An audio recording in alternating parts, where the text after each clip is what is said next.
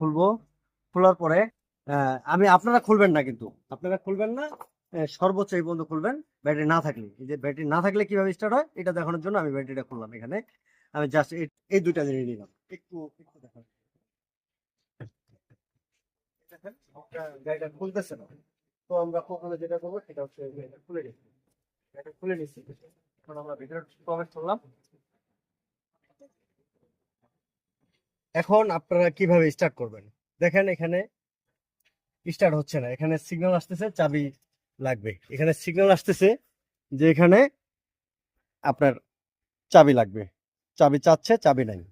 তো চাবি নাই, সেই ক্ষেত্রে আমরা যেটা করতে পারি, আমাদের হাতে যে রিমোটটা আছে এই রিমোটটা দিয়ে আমরা ব্রেক পেডালে পা দিব, এভাবে চাপ দিব। চাপ দিয়ে এই রিমোটটা দিয়ে জাস্ট এখানে এখানে ধরবো। এই দেখেন এখানে এখনো টাচও করে নেই, জাস্ট অনেকখানি দূরে আছে। ইগনিশনটা অন হয়ে গেছে। আবারও দেখাচ্ছি, ইগনিশনটা অফ। ঠিক আছে, রিমোটটা এখানে, এই দেখেন এখানে আমি চাপতেছি, আমার হচ্ছে না। আচ্ছা, এইখানে দেখেন রিমোটটা চাপ দিব না, কাছে নিব, এতে আমার